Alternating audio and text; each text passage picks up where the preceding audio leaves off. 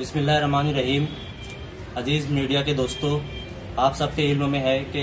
महाराष्ट्र में गुज़िश्ता दिनों मुख्यमंत्री ने ऐलान किया और नाइट कर्फ्यू के साथ वीकेंड लॉकडाउन का भी ऐलान किया। लेकिन मालेगांव के लिए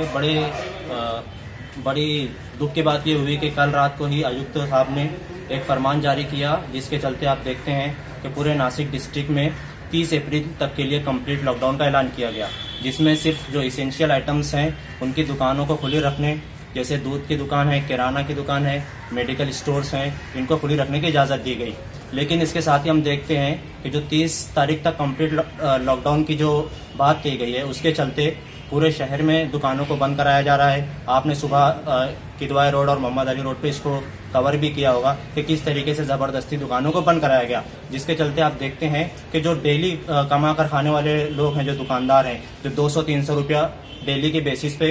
कमाते हैं और खाते हैं, उनका इसकी वजह से शदीद नुकसान हो रहा है। तो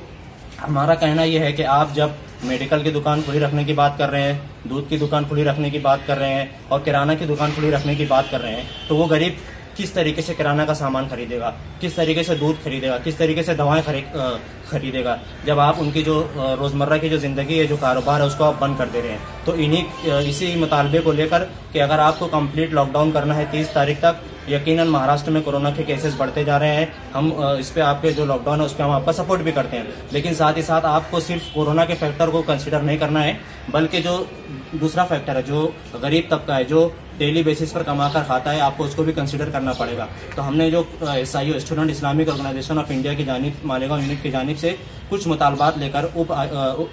डिप्टी कमिश्नर के पास हम आए थे। हमारे जो मुतालबात है उसमें सबसे पहला मुतालबा ये है कि जो बेसिक आइटम्स है, जो एसेंशियल नीड्स हैं आवाम के, जैसे कि किराना है, दूध है, सब्जी है और गैस सिलेंडर वगैरह है, इस तरीके की जो रोज़मर्रा की ज़िंदगी में आवाम के इस्तेमाल में आने वाली चीज़ें हैं, उसे जो गवर्नमेंट है वो फ्री में डिस्ट्रीब्यूट करे, हर घर तक पहुंचाने की कोशिश करे। इसके साथ ही जो मुख्तलिफ तरीके के टैक्सेस होते हैं, जैसे कि घर पट्टी, नल पट्टी और इस तरीके के जो टैक्सेस होते हैं, जो गवर्नमेंट, स्टेट गवर्नमेंट और म्यूनसिपल कॉरपोरेशन को देना पड़ता है, तो हमारी गुजारिश ये है कि इस लॉकडाउन के चलते जो मालेगांव की आवाम है वो इस तरीके की टैक्स को पे नहीं कर पाएगी, तो गवर्नमेंट को चाहिए कि इस तरीके के टैक्सेस को माफ़ करे। साथ ही जो 1 महीने की बिजली की बिल है उसको भी आपको माफ़ करना चाहिए। आप रिक्वेस्ट कर रहे हैं कि लोग घरों के अंदर रहें, लोग बाहर ना निकलें, तो जब आवाम घर के अंदर रहेगी तो जाहिर सी बात है इलेक्ट्रिसिटी का इस्तेमाल भी बढ़ेगा, तो वो आदमी बिल कहाँ से भर पाएगा जब उसका जो रेगुलर जो कारोबार है वो आप बंद कर देंगे। तो हमारी जो डिमांड्स है, यही डिमांड्स है कि इन चीज़ों को आप लागू कीजिए, उसके बाद इस तरीके का कंप्लीट लॉकडाउन करेंगे तो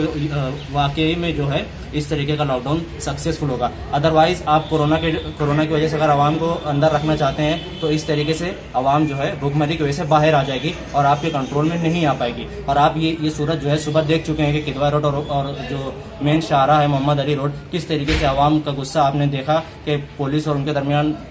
बहस भी हुई, मुकामी लीडरान को भी जाना पड़ा। तो हमारी यही डिमांड्स है कि आप इस तरीके की चीज़ों को करने के बाद लॉकडाउन को अमल में लाइए, अदरवाइज आप इसमें सक्सेसफुल नहीं हो पाएंगे। एक और डिमांड हमारी ये थी कि जब इस तरीके के आप कंप्लीट लॉकडाउन कर रहे हैं तो महाराष्ट्र में IPL को कैंसिल करना चाहिए, महाराष्ट्र से IPL को सस्पेंड करना चाहिए। महाराष्ट्र में जितने IPL के मैचेस होने वाले हैं उसे किसी और मुकाम पर मुंतकिल करना चाहिए, if you are really sincere about this covid situation. तो ये हमारी कुछ रिकमेंडेशन थी, जो हमारे मुतालबात थे, इसको लेकर हम डिप्टी कमिश्नर के पास आए थे। हमने उनसे मुलाकात की और मेमोरेंडम भी दिया, हमने गुजारिश भी की है।